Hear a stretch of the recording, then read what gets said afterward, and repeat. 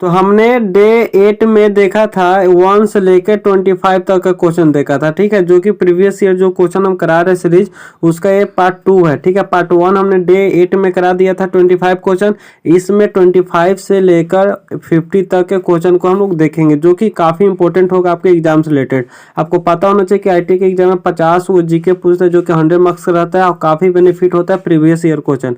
अगर आप previous year question करते हैं तो 90% तैयारी यहीं से हो जाता है, जो कि हम आप लोग को करा रहे हैं, ठीक है। तो चैनल को सब्सक्राइब कर लीजिएगा और शेयर कर लीजिएगा अपने दोस्तों के साथ। तो आज के इस वीडियो में हम लोग 26 से आगे देखेंगे 50 तक में, ठीक है। तो शॉर्ट वीडियो में, छोटा सा वीडियो में काफ़ी जल्दी हम लोग 25 क्वेश्चन करने वाले हैं, ठीक है।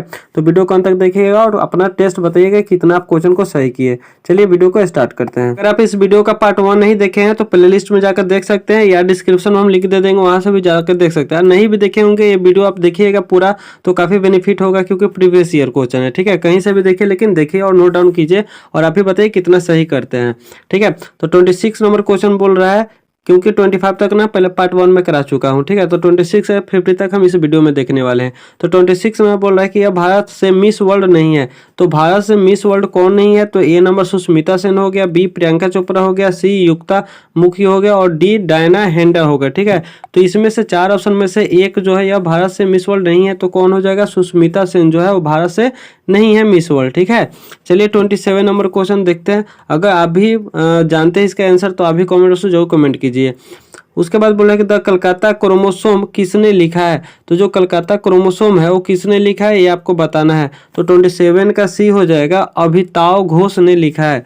जो द कलकत्ता क्रोमोसोम है वो किसने लिखा है? तो अमिताव घोष जो है, अमिताव घोष इसने ही लिखा था द कलकत्ता क्रोमोसोम, ठीक है। चलिए क्वेश्चन नंबर 28 को देखते हैं कि 28 नंबर क्वेश्चन क्या बोल रहा है।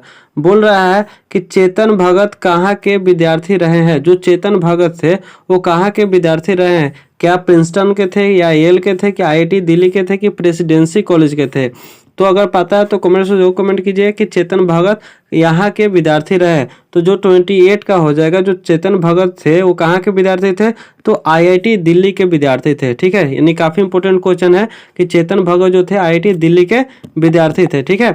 चलिए 29 नंबर क्वेश्चन देखते हैं। बोल रहा है 29 नंबर क्वेश्चन कि किसकी कहानियों में मालगुडी शहर का नाम अक्सर आता है? यानी एक ऐसा उनका कहानी है जिनके कहानी में मालगुडी शहर का नाम अक्सर आता ही आता है।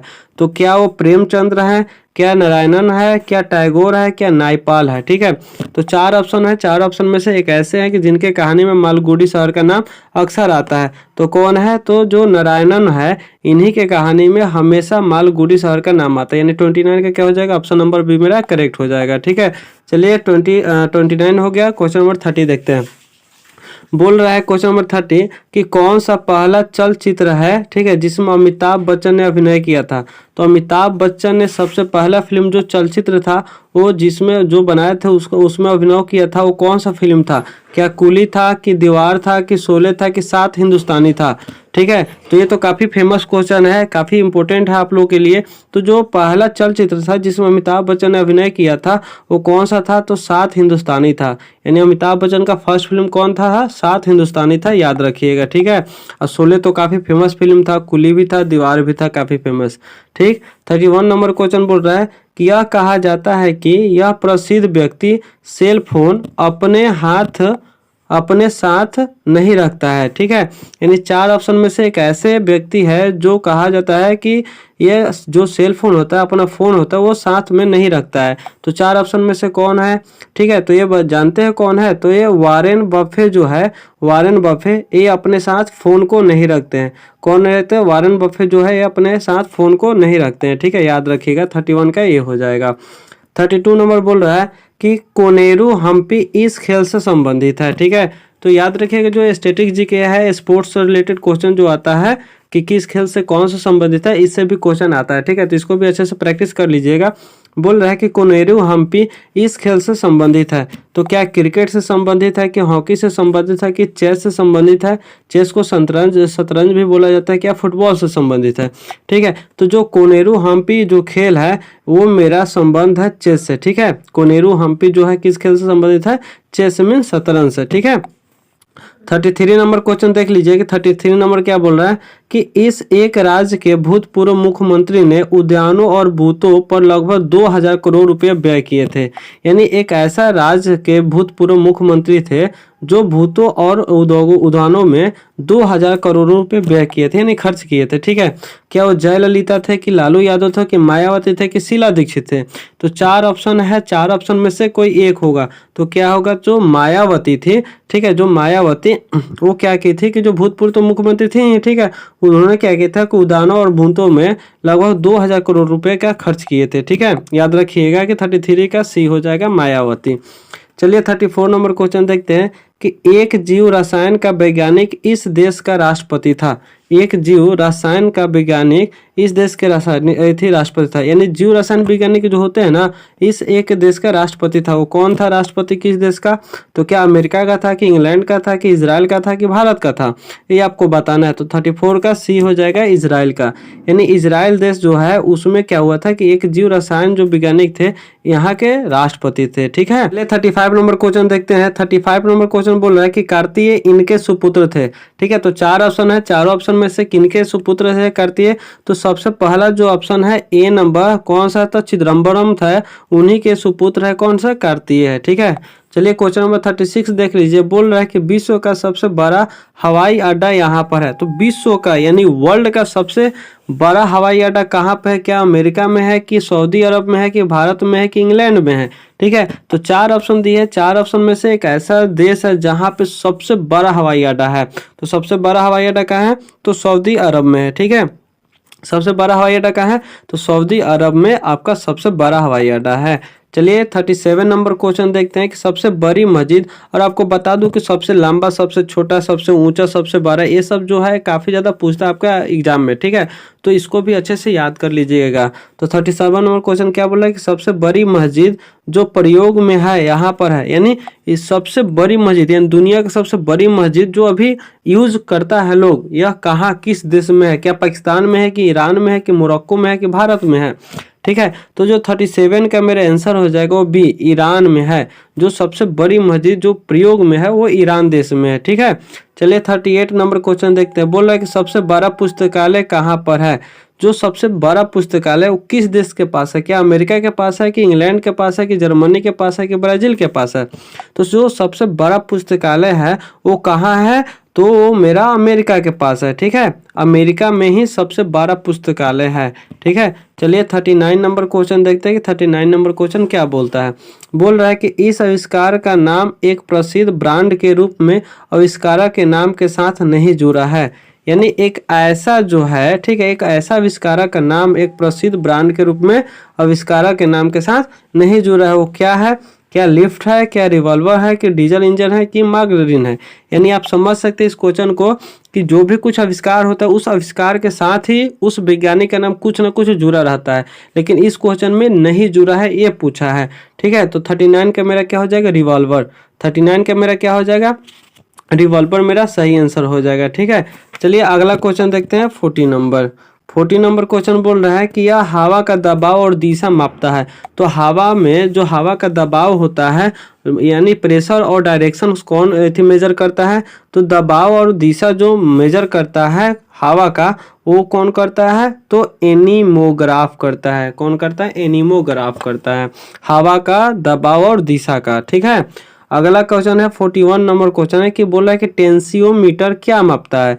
जो टेंसियोमीटर है वो क्या मापता है ये बताना है आपको। तो जो टेंसियोमीटर है वो मापता है आपका तनाव। ठीक है, टेंसियोमीटर क्या मापता है आपका? वो मापता है तनाव मापता है। ठीक है, चलिए 42 नंबर क्वेश्चन बोल रहा है कि रॉबर्ट ओपेनहाइमर इसके लिए जाने जाते हैं। जो रॉबर्ट ओपेनहाइमर है वो किसके लिए जाने जाते हैं? तो जो 42 का ऑप्शन नंबर बी है, परमाणु बम का विकास, यानी परमाणु बम का जो विकास हुआ था इसके लिए रॉबर्ट ओपेनहाइमर को जाना जाता है। ठीक है, बाकी किन्हीं को नहीं जाना जाता है। ठीक है, परमाणु बम के विकास के लिए। ठीक है, चलिए 43 नंबर क्वेश्चन को देखते हैं कि 43 नंबर क्वेश्चन क्या बोलता है। बोल रहा है कि शहद की मक्खी का नर कहलाता है। जो शहद की मक्खी होता है उसके नर को हम लोग क्या कहते हैं? क्या टॉम कहते हैं कि जैक कहते हैं कि ड्रोन कहते हैं कि बग कहते हैं? ठीक है, तो जो शहद की मक्खी का नर कहलाता है वो क्या कहलाता है? तो ड्रोन कहलाता है। क्या कहलाता है? ड्रोन मेरा करेक्ट आंसर हो जाएगा कि जो शहद की मक्खी का नर का कहलाते हैं वो हम लोग ड्रोन कहते हैं। ठीक है, चलिए क्वेश्चन नंबर 44 देखते हैं। बोल रहा है कि केलों का गुच्छा कहलाता है, तो केले के गुच्छा को हम लोग क्या बोलते हैं? क्या हैंड बोलते हैं, कि सिर्फ बोलते हैं, कि बेंच बोलते हैं, कि बेबी बोलते हैं? तो जो केलों का गुच्छा कहलाता है वो क्या कहलाता है? हमारा हैंड कहलाता है। क्या कहलाता है? हमारा केलों का गुच्छा क्या कहलाता है? मेरा हैंड कहलाता है। ठीक है, चलिए क्वेश्चन नंबर 45 देखते हैं कि बोल रहा है कि वह जगह जहाँ सुअर रखे जाते हैं उसको क्या कहते हैं? यानी वैसी जगह का नाम बताइए जहाँ पे सुअरों को रखते हैं, उसको क्या बोलते हैं? क्या हम लोग फार्म बोलते हैं, कि हच बोलते हैं, कि स्टाय बोलते हैं, कि लेयर बोलते हैं? तो वह जगह कहाँ जहाँ सुअर को रखते हैं हम लोग क्या बोलते हैं? तो हम लोग बोलते हैं स्टाय बोलते हैं। क्या बोलते हैं? स्टाय मेरा करेक्ट आंसर हो जाएगा कि जहाँ पे हम लोग सुअरों को रखते हैं। ठीक है, चलिए क्वेश्चन नंबर 46 देख लीजिए। बोला कि टेनिस में ग्रैंड स्लैम में निम्न संख्या के टूर्नामेंट्स होते हैं। तो जो टेनिस में ग्रैंड स्लैम में निम्न संख्या के टूर्नामेंट यानी कितने संख्या के टूर्नामेंट्स होते हैं? तो जो 46 का मेरा आंसर हो जाएगा बी, यानी जो 4 संख्याओं के टूर्नामेंट्स होते हैं टेनिस में। ठीक है, यानी 46 का मेरा बी करेक्ट हो जाएगा।